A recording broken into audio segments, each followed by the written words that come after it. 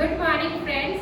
Today we are going to learn about farm animals and how they are useful in our day-to-day life.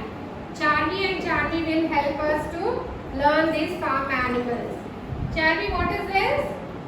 Cow. Cow. What is the sound of cow? Moo moo.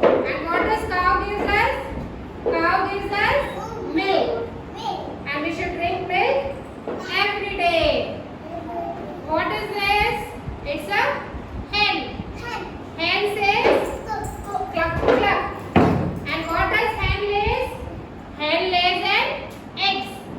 You are eating eggs every day? Yes? Hen lays an egg. What is this? It's a sheep. Sheep says Baba. And what does sheep gives us? It gives us wool. Sheep gives us wool. What is this? It's a dog. It's a dog. Dog says bo. And what does dog do? It guards our house. Dog is a pet animal.